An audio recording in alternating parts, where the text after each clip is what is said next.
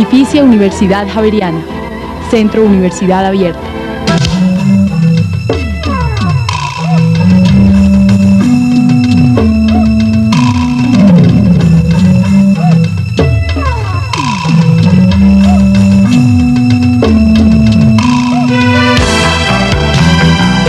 Itinerario presenta.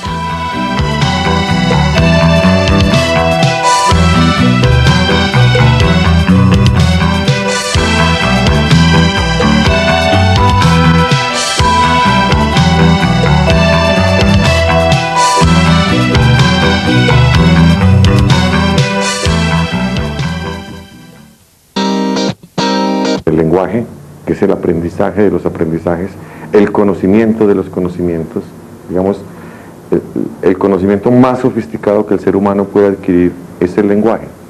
Por eso, esta observación es muy importante, sobre todo en educación, porque si un niño puede adquirir el conocimiento más sofisticado de todos los conocimientos, que es hablar, puede aprender cualquier otra cosa.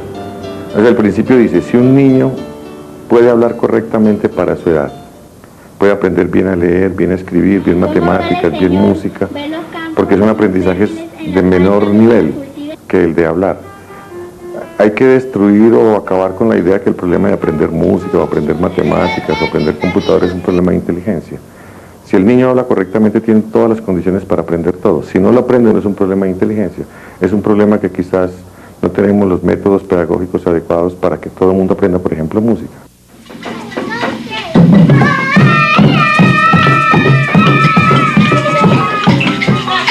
En una sociedad, el sistema genético es el sistema educativo.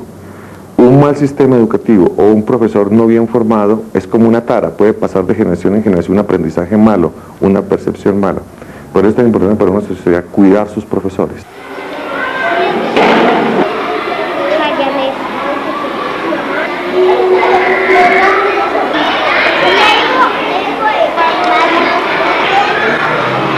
Un buen profesor sabe qué hacer con cualquier cosa, entonces sabe qué hacer con un periódico viejo o del día, sabe qué hacer con una revista, y todo su saber se orienta a cómo lograrlo.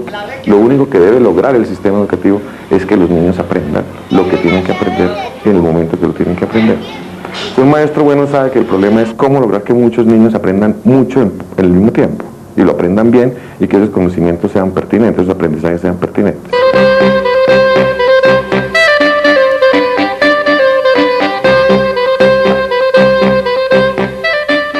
Por una parte, yo creo que los maestros han descuidado mucho la comunicación con los chicos. Es decir, los niños hablan un lenguaje diferente al que está hablando el maestro.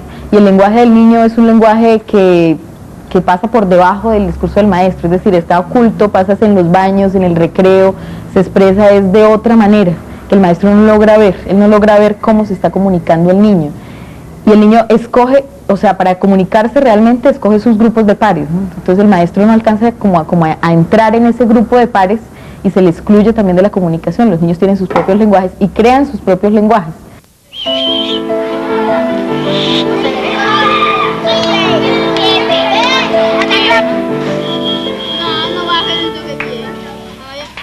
El maestro no logra ver eso. El maestro sigue pensando que el discurso del maestro, de él, tiene que ser básicamente para formatear el del niño, no para entenderlo. Entonces no comprende su lenguaje y lo que quiere es que el niño adopte su propio lenguaje. Y quiere un único lenguaje en la escuela. Entonces desde ahí la comunicación pues se rompe con los niños. Básicamente el problema de la pedagogía es un problema de comunicación.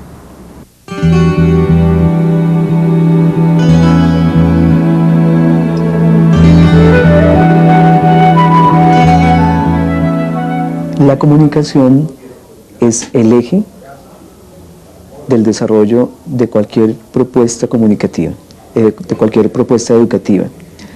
Por algo que ya dije antes, es inevitable no comunicarse, pero por algo también muy importante, y es que la herramienta esencial con que los educadores y las educadoras cuentan para conquistar eso con los niños es la comunicación y el lenguaje. Es a través de eso que el maestro logra, con una práctica, nosotros la llamamos mediadora de la experiencia del niño, o sea, que lo acompañe en la asimilación de la información y en el aprovechamiento y la organización de la información, en esa mediación que él hace, ayuda a que el niño conquiste la información.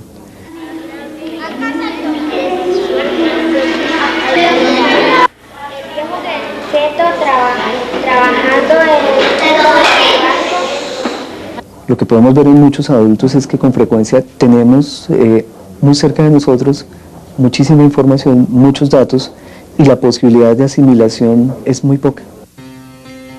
Entonces, si desde muy pequeños los niños empiezan a conquistar más eso que la A, que la B, que la C, ¿sí? El proceso que primero debe aprender el niño es a construir, a desarrollar y a entender todo ese potencial que tiene para interactuar con los otros y con lo otro, por encima incluso de que aprenda a conquistar las vocales o las letras.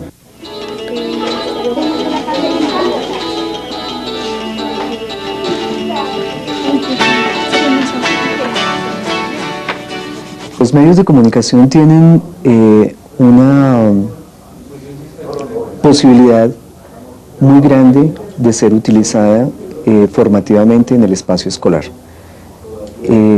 Tal vez como lo planteaba Jung, cuando la herramienta adecuada es utilizada por la persona inadecuada, la herramienta inadecuada actúa inadecuadamente.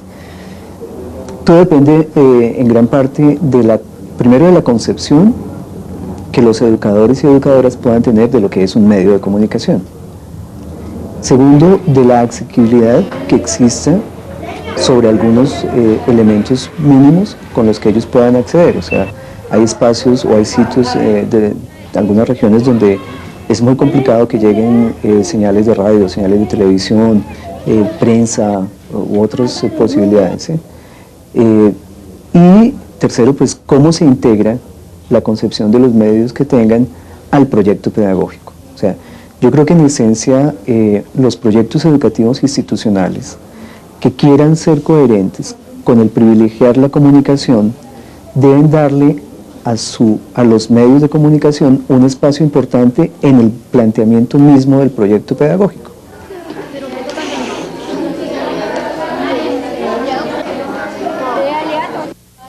Es informal. Están hablando de que clases de educación televisiva para los niños, pero ¿por qué no comienzan por televisiva para los maestros? ¿Por qué no comienzan, por qué tiene que ser todo para los niños? O sea, el pobre maestro se ha vuelto como un Superman que tiene que aprender de todo, saber de ecología, democracia, sexología, matemáticas y además de televisión. O sea que es muy complicado ese tipo de cosas.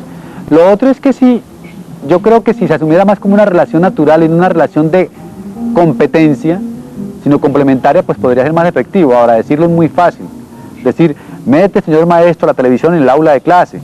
Pero no es tan fácil porque no todo el mundo tiene la capacidad ni quiere exponerse al reto de que la televisión le haga preguntas a su pedagogía o a sus contenidos.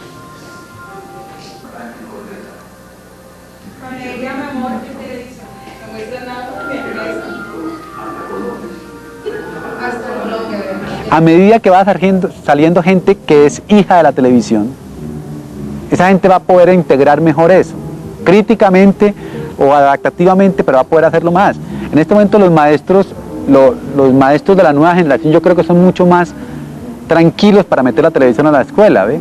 Pero todavía tenemos maestros que cuando ellos nacieron la televisión todavía no era un fenómeno. O sea, los hijos de la televisión reales son los que tienen ahorita 20, 25 años, son hijos de la televisión, que no se imaginan el mundo sin la televisión.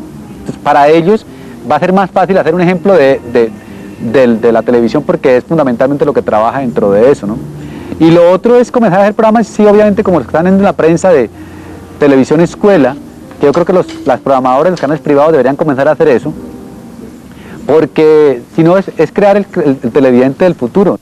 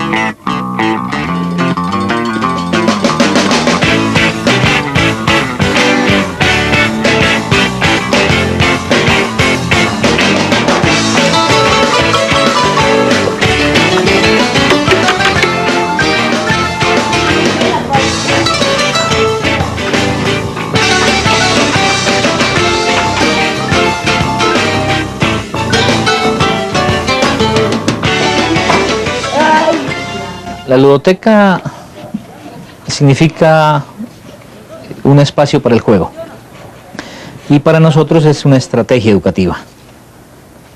Pensamos que la educación para ciertos grupos de niños, niñas y jóvenes no cumple el papel que debería cumplir. Los niños que están en alto riesgo o se van vinculando a calle o están en la dinámica de calle, la escuela que conocemos no los acepta. Y no los acepta por el perfil de ingreso que tiene la escuela. Los niños son muy inquietos, algunos son rotulados como hiperactivos, su vocabulario es fuerte, su presencia también es agresiva frente al perfil que necesita la escuela. Por lo tanto, se requiere diseñar nuevos ambientes educativos para estos niños. Entonces la ludoteca es un momento que lo utilizamos para vincular a los niños a todo un proceso educativo. No, mire, así es. El caballo tiene que dar a la reina como... ¡No, se cayó! ¡Se cayó! Construir un ambiente educativo de nuevo tipo, que nosotros lo conocemos como un campo relajado. Un campo relajado es aquel espacio libre de peligros. El adulto lo que cuida es que en los diferentes espacios que se organice ese ambiente no haya peligros, el niño no corra riesgos, o sean mínimos los riesgos para su integridad. Y lo otro es que no haya expectativas de los adultos, que es la parte más difícil de lograr. Generalmente los adultos queremos formar a los niños a nuestra imagen, queremos conducirlos a una etapa de maduración, pero de acuerdo a lo que nosotros queremos. Nosotros pensamos que hay que librarnos de eso y solamente confiar en ellos, brindando el respeto, brindando el afecto. Y entonces hay que construir un campo relajado, repito, donde ellos puedan disponer de su tiempo, puedan hacer libremente cosas. Y con esto hemos comprobado que es difícil manejar la libertad. O sea, en calle no se está libre, los espacios son muy agresivos. Entonces lentamente ir construyendo aquellos espacios donde los niños construyan su autonomía y puedan libremente escoger sus actividades, libremente escoger materiales, libremente disponer de su tiempo. El educador entonces se convierte en una persona, un diseñador y un preparador de ambientes para esa interacción libre. ¿Qué vas a hacer? Una manilla. Una manilla bien grande.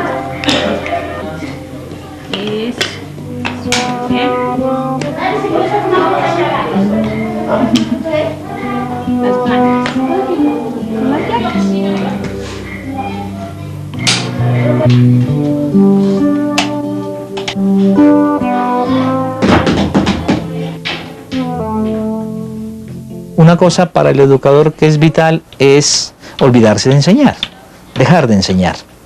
Inclusive aquí pensábamos que eso debe ser prohibido, enseñar. Eso implica que el educador tiene que volver a aprender cosas. Nosotros lo estamos haciendo, o sea, cada día aprendemos de los chicos, aprendemos de los materiales que diseñamos. Y toda la intervención que puede hacer un educador debe reflejarlo en los espacios. Entonces, tiene que diseñar y preparar espacios donde los chicos, ayudados de materiales didácticos, con una nueva concepción también del material, puede aprender. Y ahí se puede aprender absolutamente todo. Una ropita. Una ropa ahí puedes cogerla. Ya. ¿Y tú? Bueno, sigue, ¿a qué era que venía? El niño tiene que adquirir todas las herramientas necesarias para el pensar, para poder pensar de manera autónoma. Pero también tiene que adquirir aquellos espacios donde le permitan construir o reconstruir de pronto sus sentimientos, todo el proceso de afectividad. Eso se logra disponiendo en cada uno de los espacios. Nosotros hemos hecho 3 grandes niveles de complejidad de los espacios. Y nosotros manejamos lo que se llama los materiales educativos, no como se viene manejando, como un auxiliar del educador. O sea, yo en la escuela tradicional, para explicar algo, uso un mapa, uso el texto, uso los materiales o coloco a los niños a que construyan cosas, pero a partir de lo que yo quiero. Acá el material educativo es fundamental, reemplaza al educador. El material educativo tiene que hablar por sí mismo y debe permitir a los niños que ellos en un proceso muy lento, muy a su ritmo, vaya pasando de materiales que no tienen ninguna regla de uso, que son los materiales no estructurados, materiales de desecho, materiales de plástico, de tela, de lo que tú quieras, en espacios internos, en espacios externos, y él pueda con ese material inclusive dañarlo, desbaratarlo. Ese material, repito, no requiere ninguna regla de uso. Posteriormente, otros materiales que tengan ciertas reglas para su uso. Un ejemplo de ellos serían los rompecabezas, los materiales de construcción, de plástico, los materiales de expresión con dibujo, pintura. Y posteriormente, un nivel alto sería los materiales estructurados, que son aquellos materiales que ya tienen unas reglas muy estrictas para su uso. Estamos seguros que con esos materiales se pueden cumplir niveles de abstracción, de desarrollo cognitivo, muy amplios. Inclusive las llamadas asignaturas, materias como matemáticas, lectoescritura, ciencias sociales, ciencias naturales, se puede abordar a ellas con este tipo de materiales. Requiere que el educador cambie su concepción totalmente, se olvide de enseñar y empiece a diseñar materiales que hablen por sí solos. La socialización en base al juego se da cuando el niño empieza a hacer juego representativo y representa su vida. Lo primero que va a representar es su vida familiar, y va a dar mucho espacio también a la creatividad, a la fantasía. Entonces empiezan a jugar y empiezan a representar. Una escuela para nosotros es una ludoteca muy grande. Pensamos que hay que construir una escuela sin grados, por lo tanto sin asignaturas, donde la relación de los niños sea vertical, no horizontal, los grandes se vinculen con los medianos, con los pequeños, donde haya mucha riqueza de espacios y donde haya un abanico de ofertas. Los niños puedan estar el tiempo que quieran, en un espacio para pequeños, por ejemplo, en un espacio para medianos, luego un espacio para grandes. Cuando los niños están libres, cuando los niños tienen a disposición su tiempo, cuando pueden decidir, siempre están aprendiendo. Si realmente la televisión resulta ser más atractiva que la escuela, que gana más la atención de los niños que la escuela, se dice que los niños aprenden de 10 cosas, aprenden 8 con los medios de comunicación y 2 aprenden en la escuela. ¿Qué hay que hacer? La escuela debe traer los medios de comunicación. La escuela está casi que obligada a tener la radio, la prensa y la televisión. ¿Para qué? Para educar a través de ellos.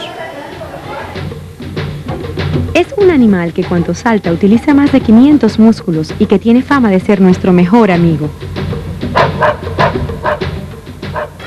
La televisión tiene miles y miles de cosas positivas. No las hemos descubierto. A mí me falta mucho. A mis alumnos les falta mucho. A mis padres de familia todavía les falta mucho. A mi escuela les falta mucho. Pero estamos en el camino. Estamos aprendiendo a que la educación debe estar comprometida con los medios masivos de comunicación y que los medios masivos de comunicación tienen que estar en las escuelas, en los colegios, tienen que hacer parte de la educación. Y estamos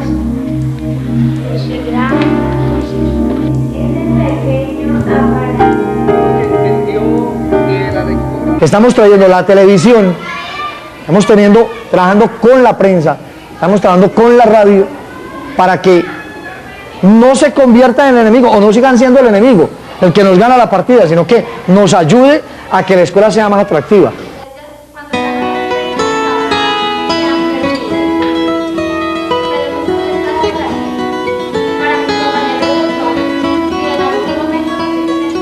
Durante mucho tiempo en la educación, la comunicación era como, si se puede hablar así, unilateral, ¿no? El maestro habla, el maestro opina, el maestro dice lo que se hace y el alumno era como muy pasivo, ¿cierto? El maestro de pronto, sí, los mensajes que se emitían era más que todo de un solo lado y el alumno pocas veces se le da la oportunidad de expresarse, de participar y de opinar, y creo que eso es muy necesario en la educación, ese compartir de ideas, ese llegar a acuerdos y producir sobre todo como motivar a los alumnos a que produzcan ellos mismos, ¿no? A que sean creativos.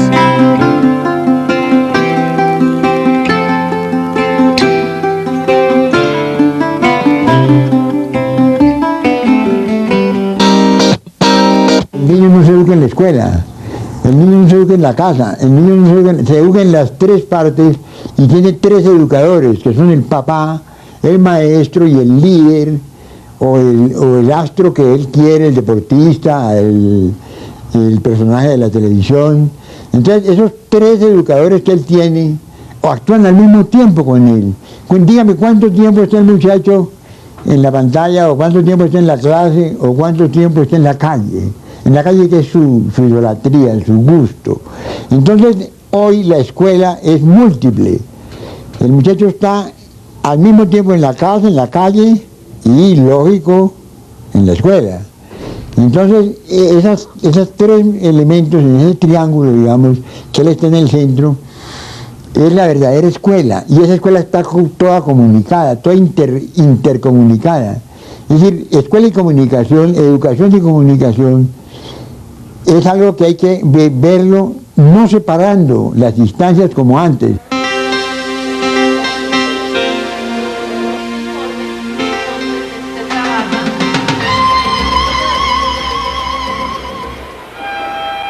Está desconectada de lo contemporáneo, sí.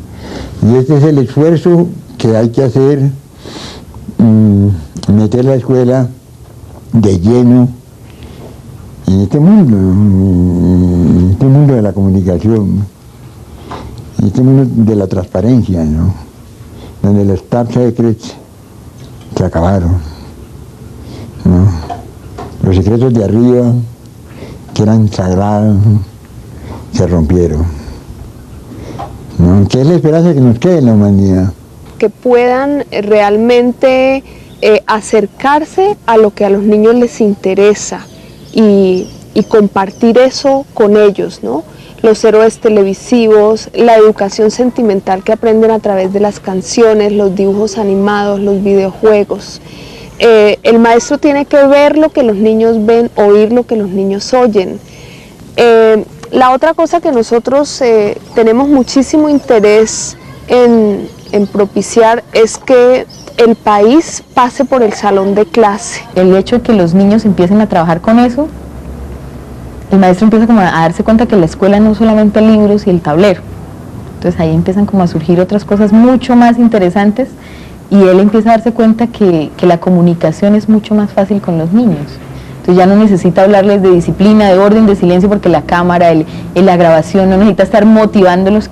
Mucho lo que yo creo es que el maestro colombiano tiene que volver a sacar ese atributo, no de didáctica, ni de tecnología, ni de pedagogía, sino sacar ese sujeto que es capaz de ponerse en escena para el estudiante, para darle lo mejor posible dentro de eso.